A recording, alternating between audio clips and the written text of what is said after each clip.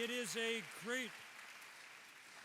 great pleasure for me to be here. I must say, I do come with a certain amount more trepidation, even than usual, when I get up to speak. The Dalai Lama is a hard act to follow. You're going in 24 hours from someone whose title is His Holiness to someone who rose to the lofty ecclesial heights of Methodist Sunday school teacher.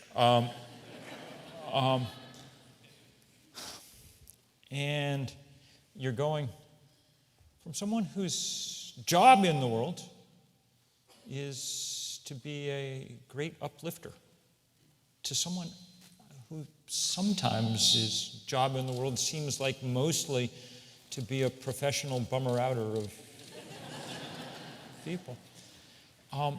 My great hope is, and in fact, the DL has been a huge help with one of the very first people to sign on at 350.org and work with us from the beginning.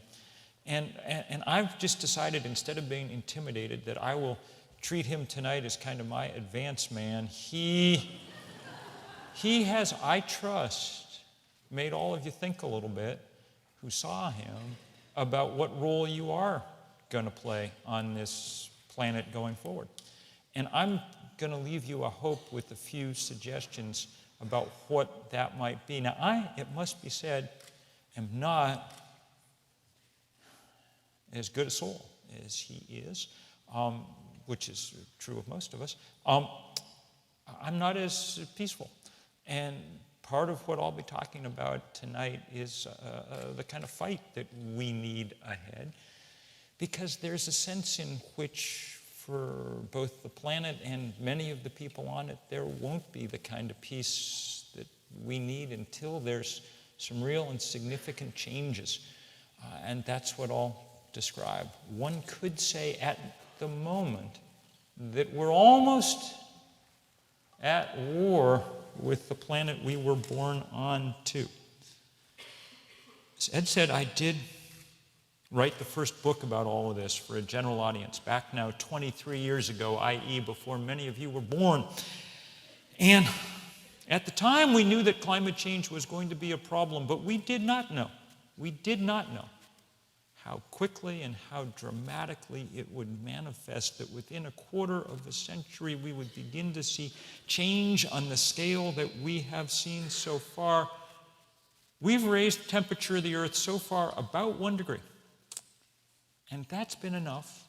I mean, it's not that much. We're only trapping about 3/4 of a watt of extra solar energy per square meter of the Earth's surface, so less than one tiny white Christmas tree light. But that turns out in aggregate to be enough energy to change everything. This summer we watched as the Arctic melted in a way that we have never seen before. By the time September 20th or so rolled around and the long Arctic night finally began to descend and the melting stopped, there was 50% less ice by area and 75% less ice by volume than there'd been 40 years ago. We've taken one of the biggest physical features on the planet and broken it, just like that.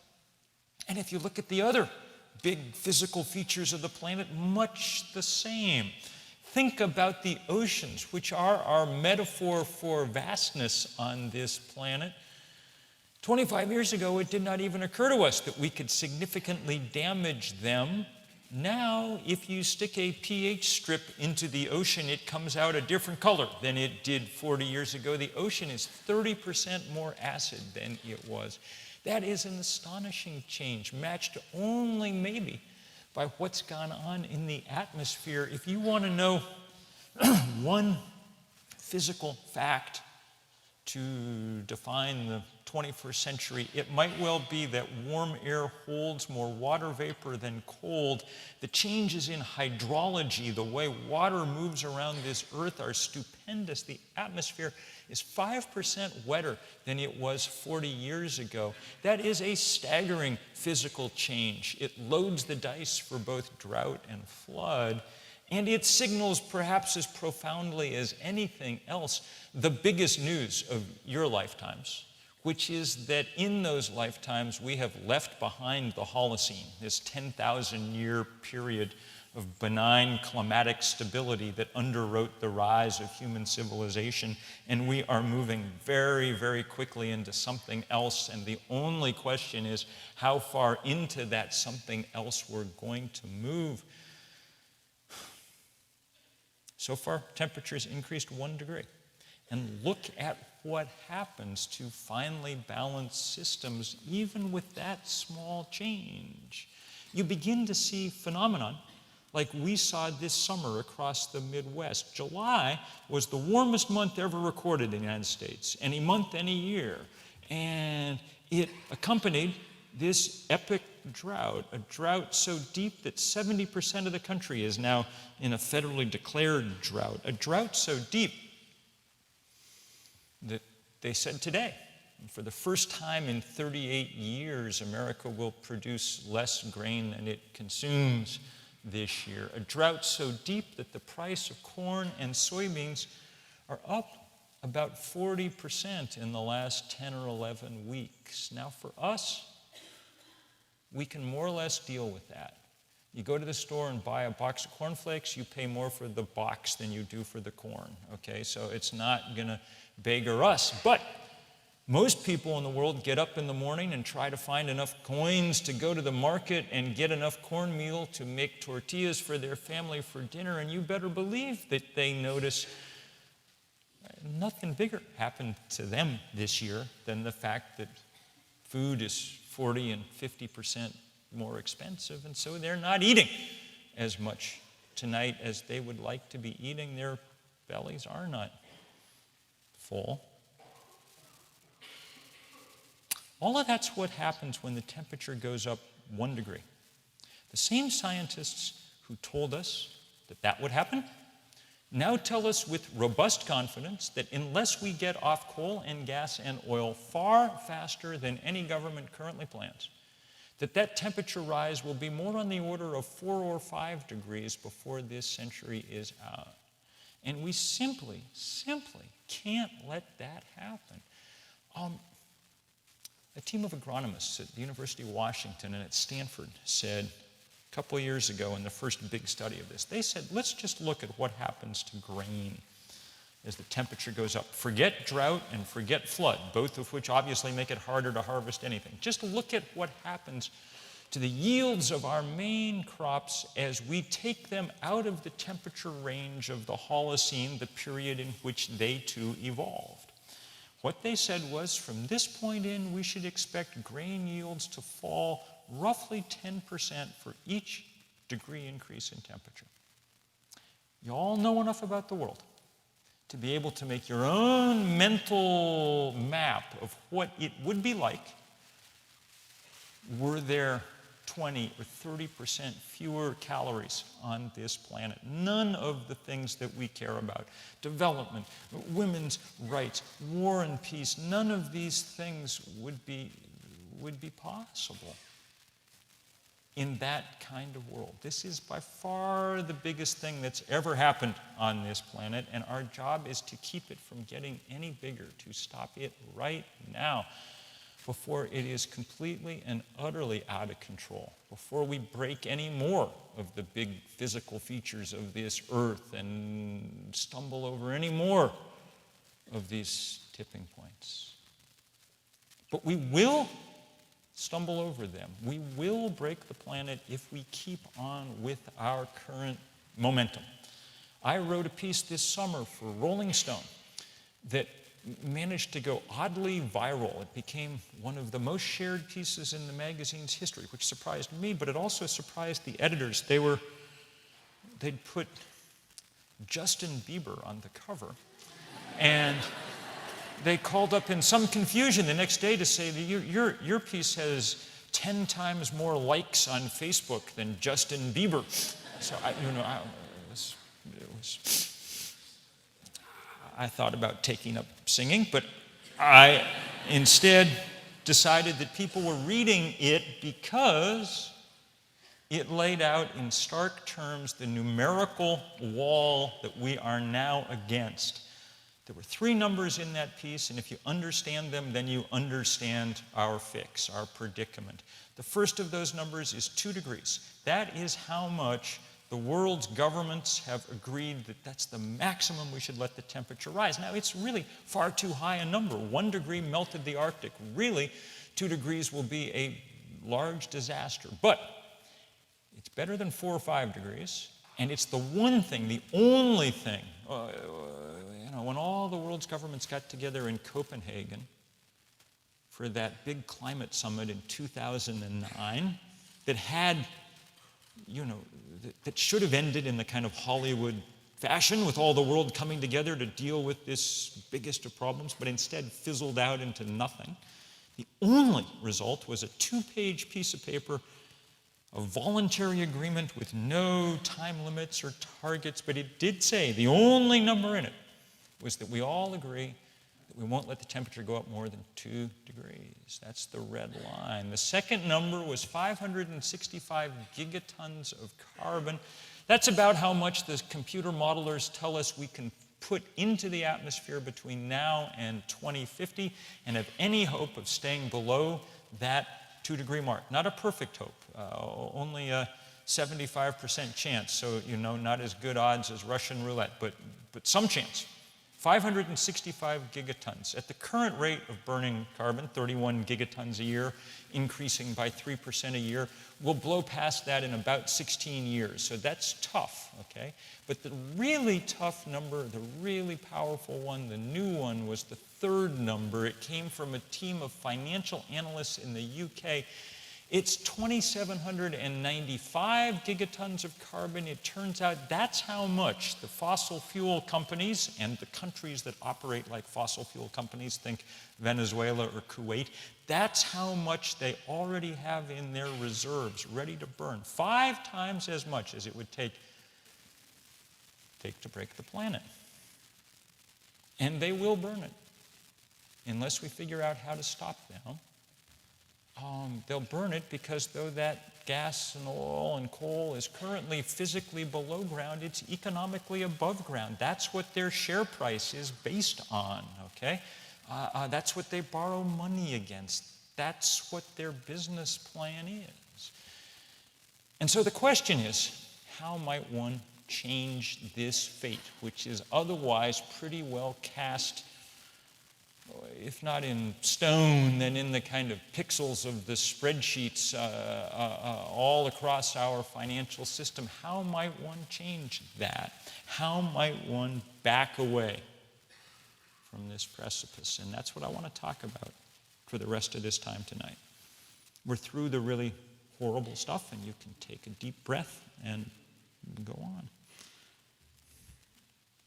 One of the advantages of having spent a quarter century working on this problem is that I've gotten to see a lot of the things that we thought might work and didn't completely. The first impulse faced with this problem was to say, let's all take some personal responsibility for it and start doing things around our homes and campuses, and those things are very important. You're looking at a guy whose roof is covered with solar panels and had the first hybrid Honda in Vermont. We won a prize at our house. When we built our house, we got a prize the year we built it for building the most energy efficient house in Vermont, which is a place where this is actually like a serious competition, where people really worry about this kind of thing, So that's good. I like it. And I also, at this point, try to remind myself all the time that it is not doing much at all to change the trajectory of our fate. Given the time that chemistry and physics allow us here, we're not going to beat global warming one light bulb at a time, one hybrid car at a time. All those things are important, but they will only come in numbers large enough to matter if we're also and preeminently able to change the system.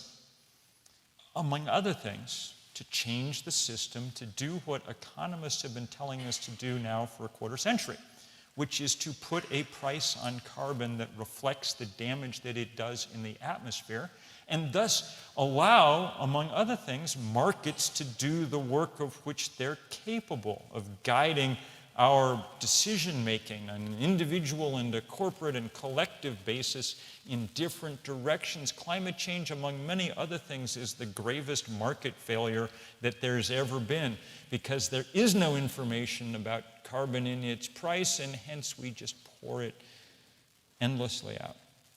So, if personal action doesn't work sufficiently for that, one would think you would go to governmental action, to political action. That would make sense.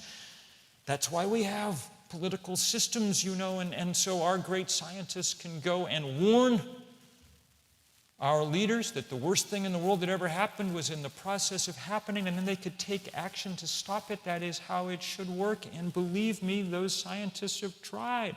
People like Jim Hansen at NASA or Jim McCarthy at Harvard, or I have no doubt people right here have gone and testified year after year after year in our Congress, and the result has been a completely successful 20-year bipartisan effort to accomplish nothing.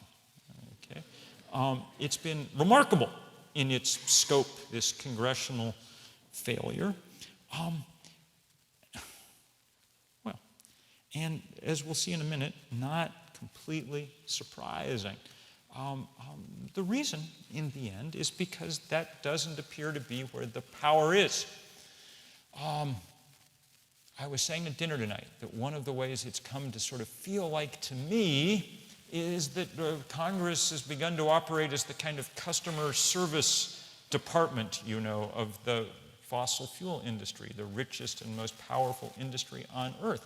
Now, if you have a problem with the store and you call up and they say, dial 1 for customer service, and you pick up the phone and you listen to the cheesy music for 45 minutes, that's one thing, you know.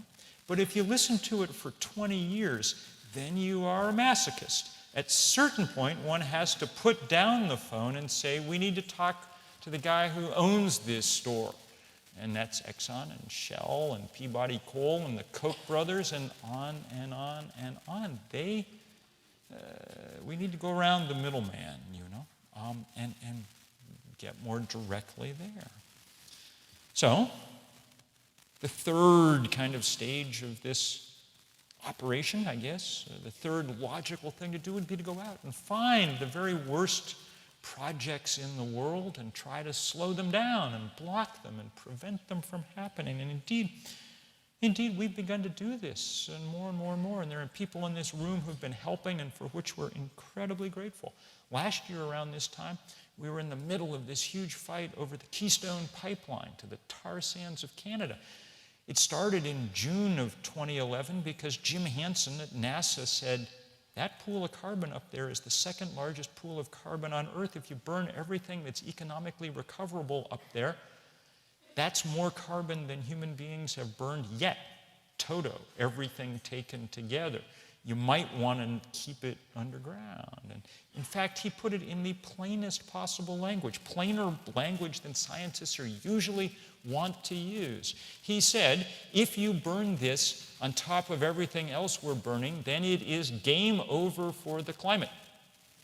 And you would have thought that language like that from our most eminent climatologist would have been enough to persuade industry or government to say, well, maybe we should, that doesn't sound good. Perhaps we should do some other thing, not, cause the climate game to be over. But nobody said that, not at all. Full steam ahead. Until people decided that they were willing, a few people at first, and then more and more, to interpose themselves between the tar sands and the Gulf, as it were.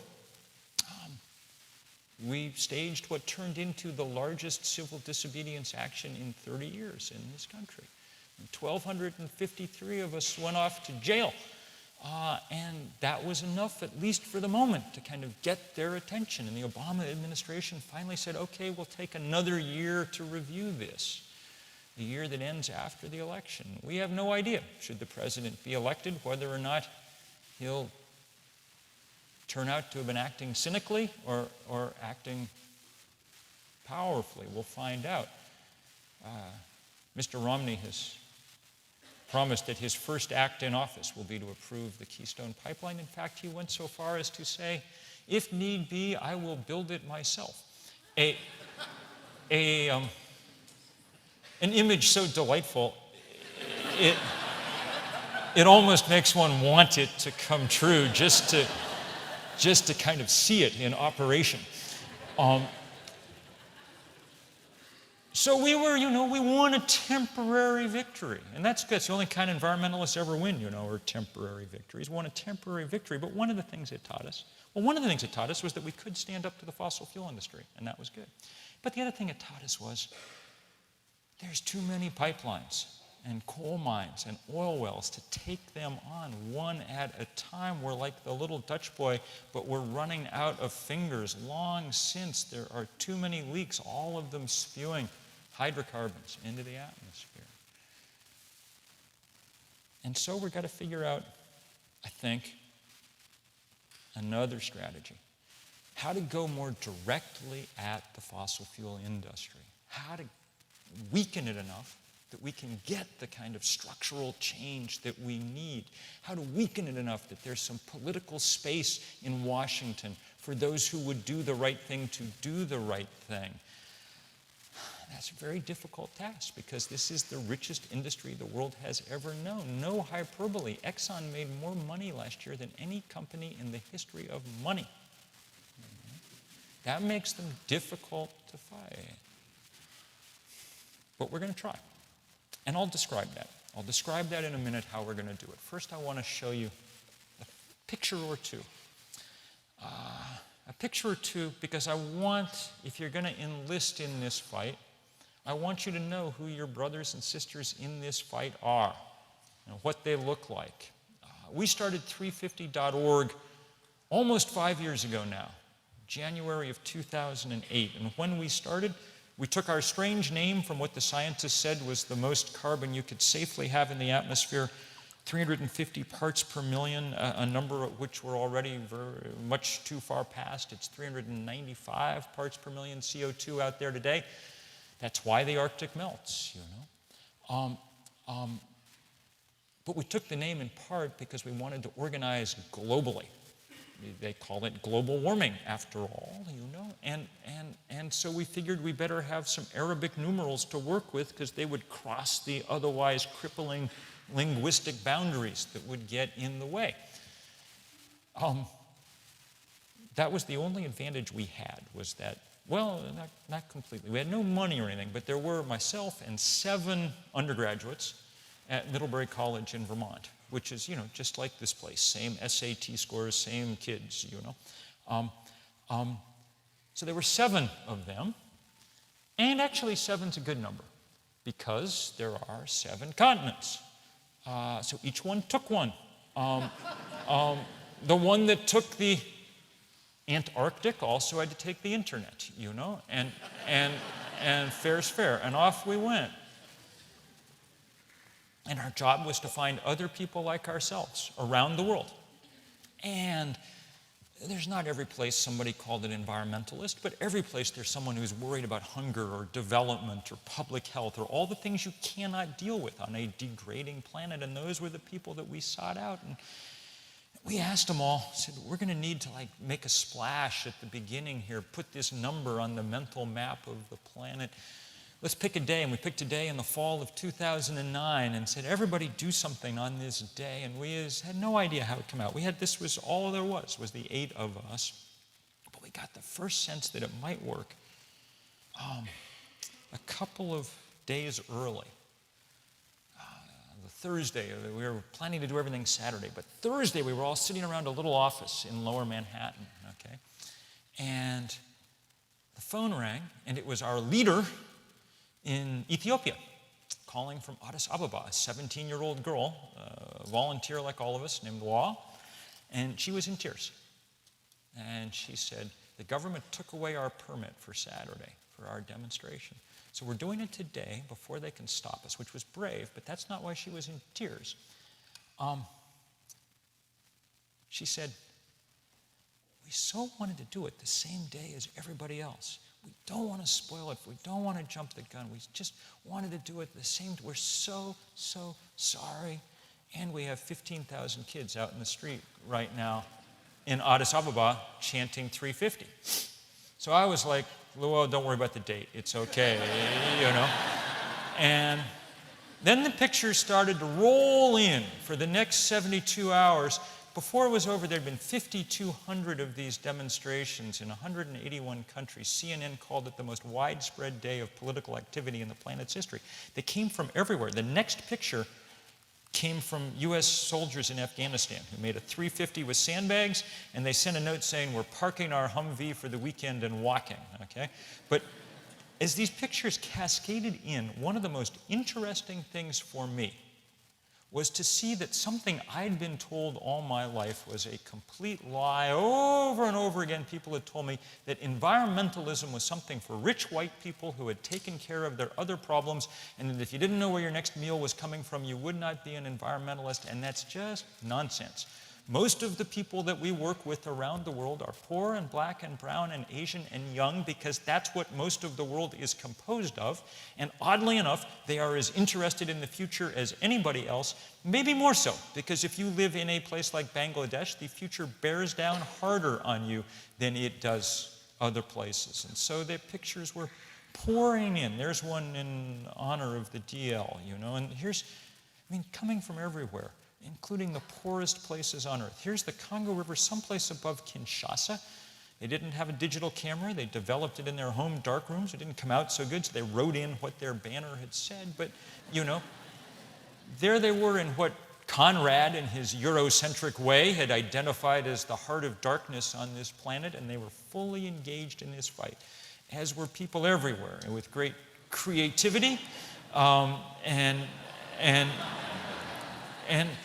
with tremendous, you know, we're in church today with tremendous involvement for the first time from religious communities. There's the head of Muslim South Africa, of indigenous traditions. Behind them in scarlet, Desmond Tutu's successor as Anglican Archbishop at the head of a huge multi-faith march across Cape Town.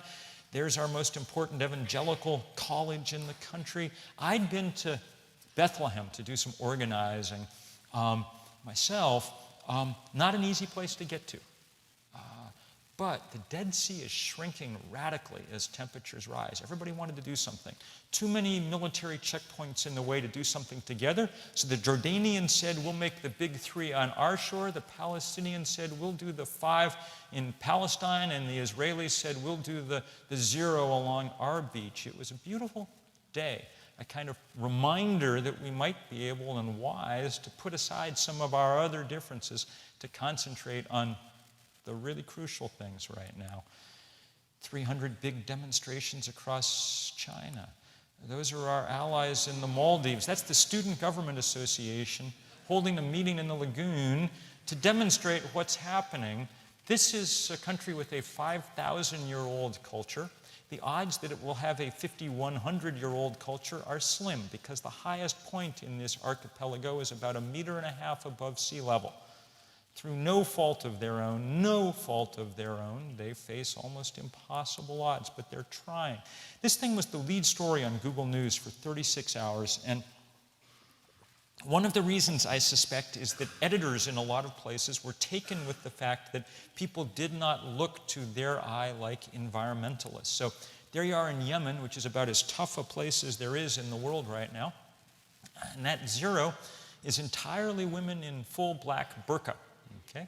To us, they don't look like, you know, members of the Sierra Club, but their hearts are in exactly the same place. They're not thinking about themselves. They're thinking about the future, about the planet upon which they live, about their children, about the children that will follow for many generations thereafter, about the duties they owe those who came before, who, after all, left us a world that worked, a gift we may not be passing on. And there were images like that from every corner, some more hopeful.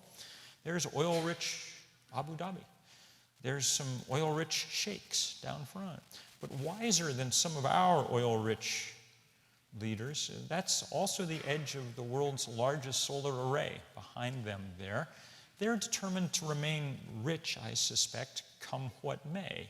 and more power to them, as it were.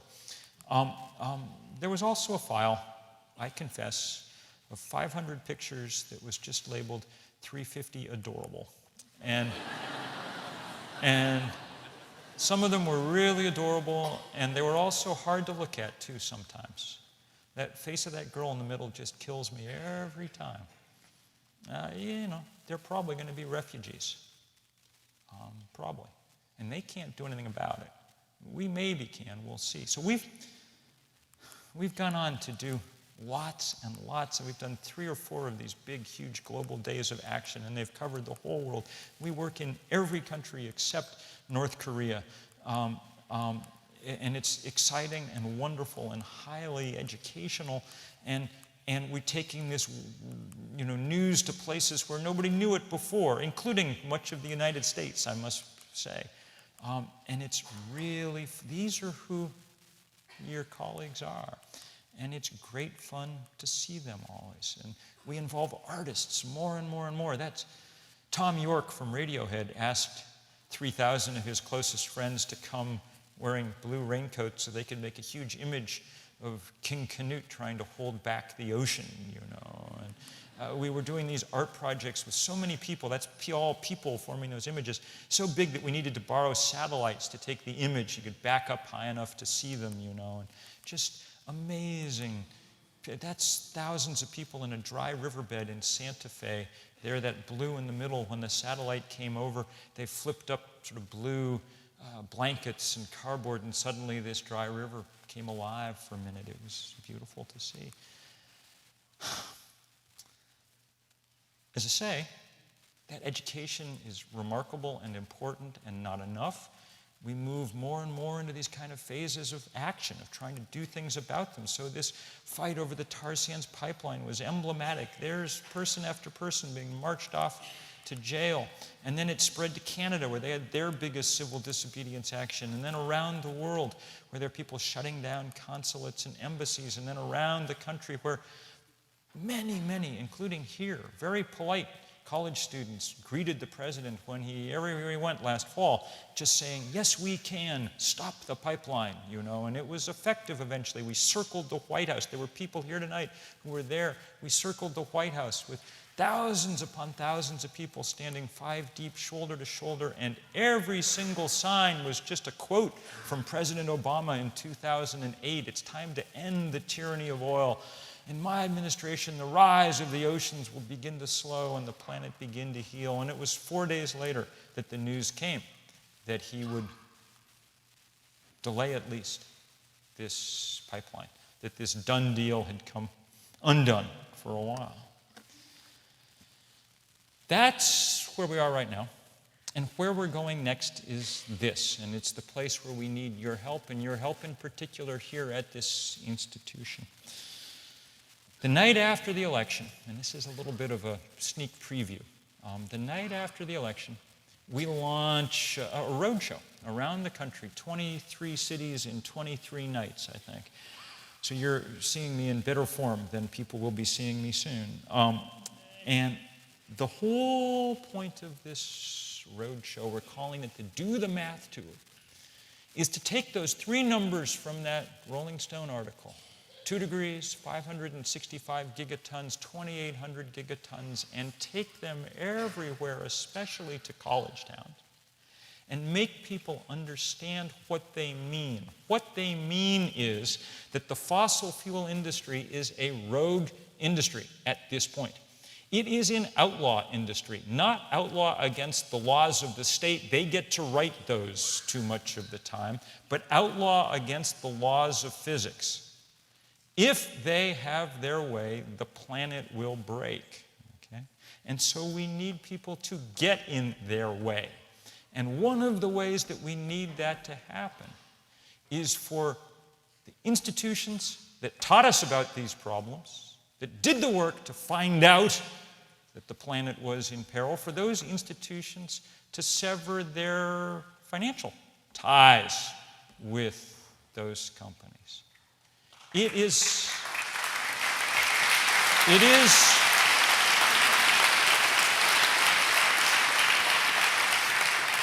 It is not okay.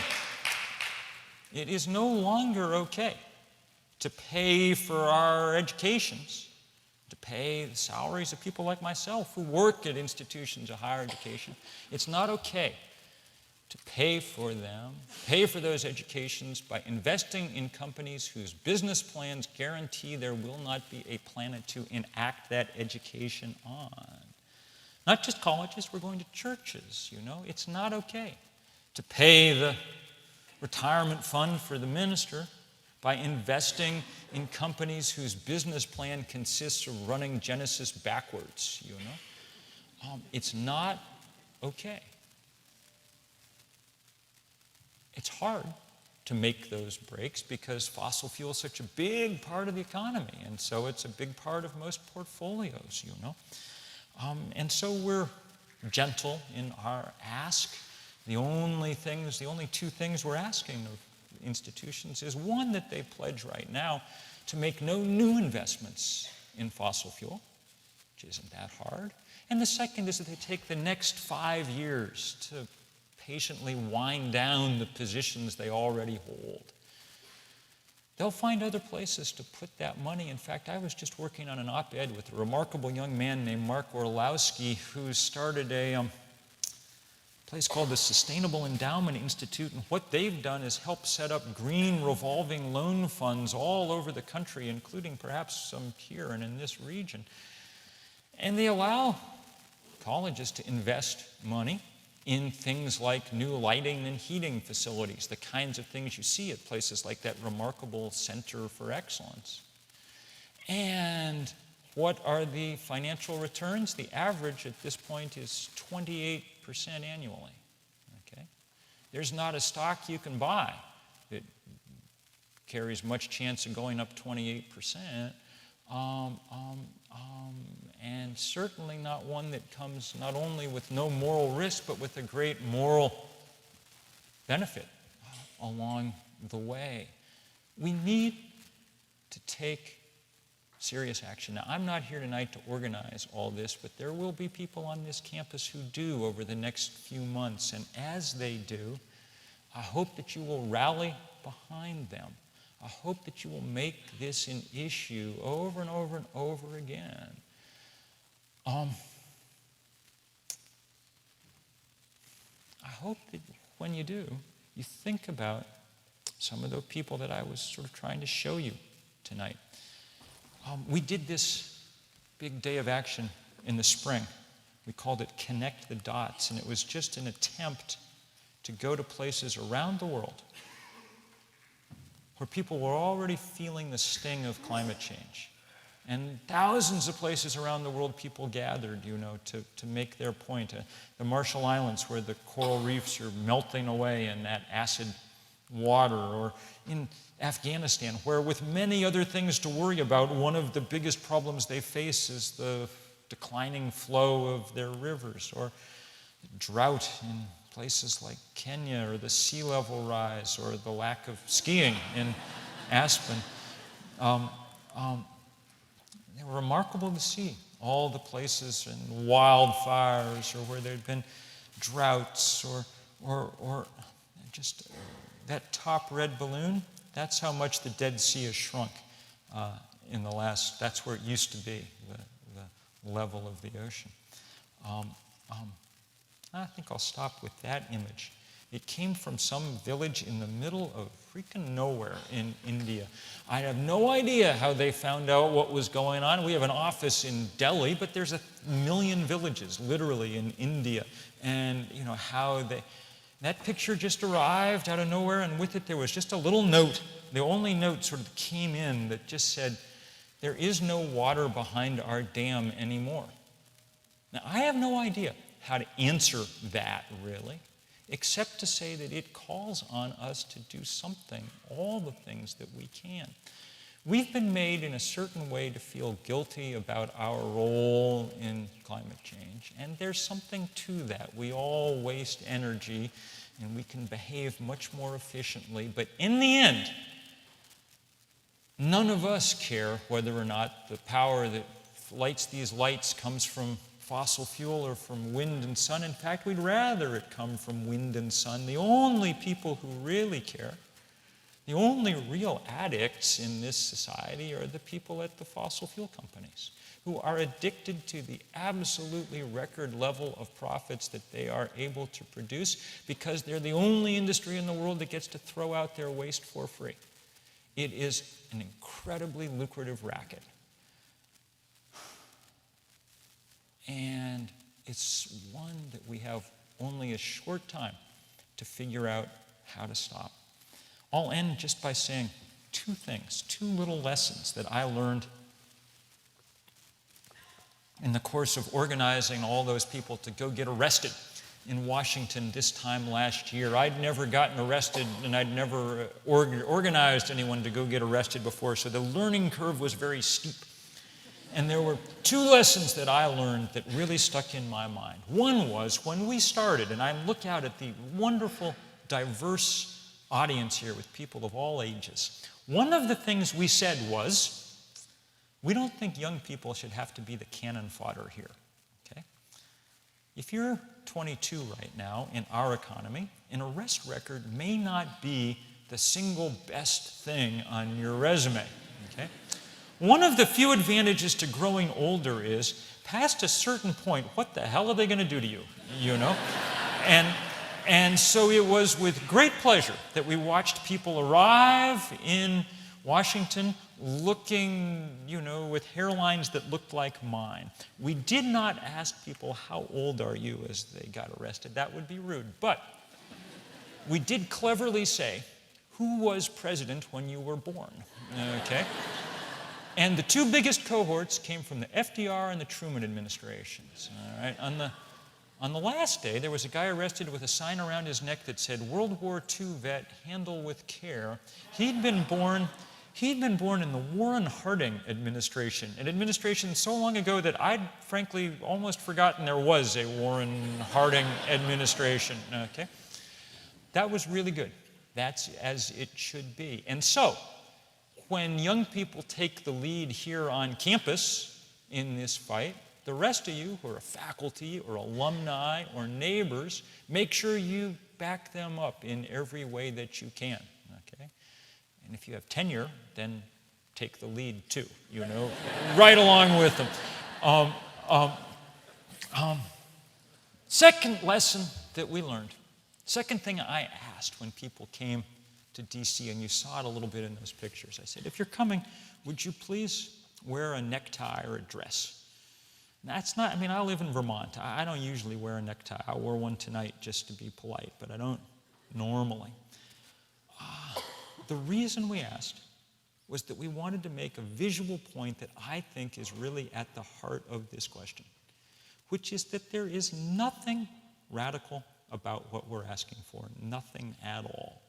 All we're asking for is a planet that works a little bit like the one that we were born onto, and that's not a radical request. If anything, it is a deeply conservative request. Radicals work at oil companies. If you are willing to get up in the morning and frack the planet or exploit its tar sands or remove its mountaintops in search of more hydrogen, if you're willing to alter the chemical composition of the atmosphere, then you are engaged in a more radical act than any human before you has engaged in. And frankly, if you're willing, wait a minute, because you may not want to applaud this next part. It must be said that if you're willing, as an institution, to profit from that alteration of the atmosphere, then you're engaged in a pretty radical act too. We've got to figure out how to put that radicalism to an end, to assert the kind of common sense, scientific understanding of what must happen and what must happen soon. I do not guarantee that we will win this fight. There are scientists who think we waited too long to get started. There is immense amount of money on the other side. I do not know how it will come out. I do know because I have spent so much of my time these last years in motion around the earth. I do know that there are people everywhere who will make it as much of a fight, a beautiful, peaceful fight as they possibly can. Many of them in places that did nothing to contribute to this problem, but all of them willing to take joint action. It's always an honor to be in those rooms. It is such an honor to be in this room with you all tonight and just say, not knowing how it all comes out, I look forward so much to just being shoulder to shoulder with you going forward. Thank you all very much.